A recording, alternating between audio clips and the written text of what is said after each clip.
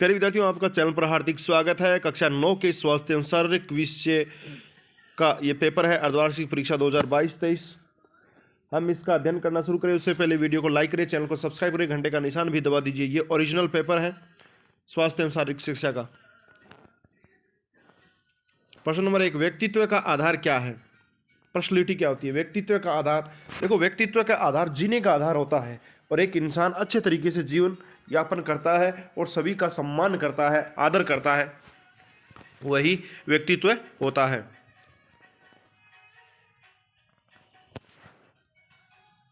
और फिर दूसरा प्रश्न, तीव्र विकास से वृद्धि की अवस्था कौन सी है? तो ये है आपकी किशोरावस्था। कौन सी अवस्था है? किशोरावस्था। किशोरावस्था कहाँ से कहाँ तक होती है? 13 से लेकर 19 के बीच की जो अवस्था होती है, 13 साल से 19 साल के बीच की अवस्था होती है, वो किशोरावस्था होती है। इसमें तीव्र विकास और वृद्धि होती है, शरीर का ढांचा है वो काफी तेजी के साथ बढ़ता है।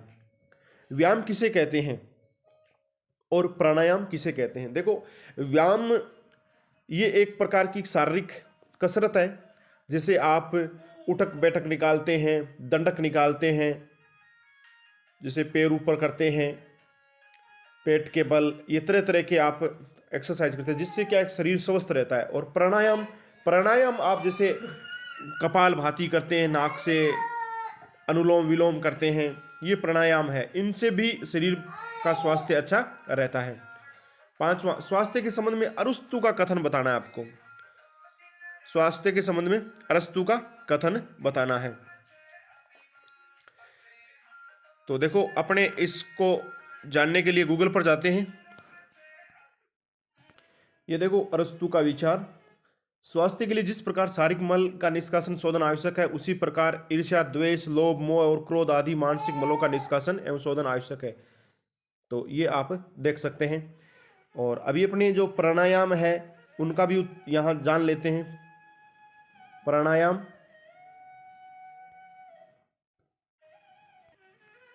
देखो ये देखो आप, व्यायाम वह गतिविधि है जो शरीर को स्वस्थ रखने के साथ व्यक्ति के समग्र स्वास्थ्य को भी बढ़ाती है। ये कई अलग अलग कारणों के लिए किया जाता है, जिनमें शामिल है मांसपेशियों को मजबूत बनाना, हृदय प्रणाली को सुदृढ़ बनाना, एथलेटिक कौशल बढ़ाना और वजन बढ़ाना। अभी अपने प्राणायाम वाला और देख लेते हैं। यहाँ पर इसमें अपने प्राणायाम की बात करते हैं। प्राणायाम योग के 8 अंगों में से एक है। अष्टांग योग में 8 प्रक्रियाएं होती है: यम, नियम, आसन, प्राणायाम, प्रत्याहार, धारणा, ध्यान, समाधि। प्राणायाम, प्राण प्लस आयाम, इसका शाब्दिक अर्थ है प्राण या श्वसन को लंबा करना, फिर जीवन शक्ति को लंबा करना। प्रश्न नंबर 6, जीवनदायिनी गैस कौन सी है? तो भाई आपको पता है ऑक्सीजन गैस है, वो जीवनदायिनी गैस है। और फिर वसा के प्रमुख स्रोत लिखिए, किसे जीवन का सूत्र माना गया है, स्वास्थ्य की परिभाषा बताए, सर्वांग सुंदर व्यायाम कौन सा है? इसको जानने के लिए गूगल पर चलते हैं। वसा के प्रमुख स्रोत लिखिए। ये रहे वसा के स्रोत: मक्खन, शुद्ध घी, वनस्पति घी, नारियल और ताड़ का तेल। संतृप्त वसा के प्रमुख स्रोत है ठोस नजर आने वाले हाइड्रोजिनेटेड वनस्पति घी में ट्रांस फैट एसिड होते हैं। तो ये वसा के हैं सारे के सारे। इसमें अगला प्रश्न था, जीवन का स्रोत किसे माना गया है? तो जीवन का पहला स्रोत भोजन होता है। पहला स्रोत भोजन होता है। भोजन का सेवन पर्याप्त मात्रा में होने से आपके शरीर में ऊर्जा उत्पन्न होती है। ऊर्जा का दूसरा स्रोत पर्याप्त मात्रा में नींद लेना होता है। दैहिक स्वास्थ्य क्या है? दैहिक, मानसिक और सामाजिक रूप से पूर्णतः स्वस्थ होना, समस्या विहीन होना ही स्वास्थ्य है। किसी व्यक्ति की मानसिक, शारीरिक और सामाजिक रूप से अच्छे होने की स्थिति को स्वास्थ्य कहते हैं। स्वास्थ्य सिर्फ बीमारियों की अनुपस्थिति का नाम नहीं है। तो स्वास्थ्य की ये परिभाषा है। आगे फिर पेपर की ओर जाते हैं। प्रश्न नंबर 10, सर्वांग सुंदर व्यायाम कौन सा है? सर्वांग सुंदर व्यायाम कौन सा है? स्वास्थ्य को प्रभावित करने वाले कारक बताएं। तो सर्वांग सुंदर व्यायाम कौन सा है? स्वास्थ्य को प्रभावित करने वाले कारक बताइए। 12, भुजंगासन की विधि बताइए। भुजंगासन की विधि समझाइए। 13, शैक्षिक व्यायाम के 4 कमांड। 14, किशोरावस्था की विशेषताएं। और 15, शारीरिक शिक्षा का लक्ष्य क्या है बताइए। तो इन प्रश्नों के लिए हम गूगल पर चलते हैं, 2 मिनट के अंदर समझ लेते हैं। स्वास्थ्य को प्रभावित करने वाले कारक देख सकते हैं आप: आनुवंशिकी, बाहरी वातावरण, स्वास्थ्य सेवाएं, रहन सहन का तरीका, सामाजिक आर्थिक परिप्रेक्ष्य।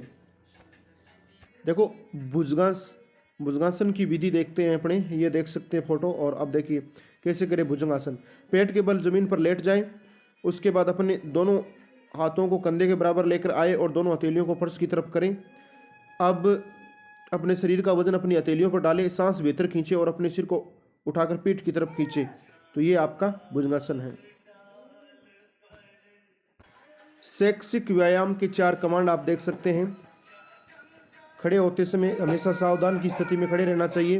पैरों के पंजे लगभग 30 डिग्री तक खुले रहने चाहिए। खड़े रहते समय दोनों हाथ की मुट्ठी बंद होनी चाहिए। जब भी पंक्तियों में खड़े हो उस समय 2 छात्रों के बीच लगभग 2 हाथ का अंतर होना चाहिए। अगला प्रश्न का उत्तर देखते हैं। अब देखते हैं किशोरावस्था की व्यवस्थाएं।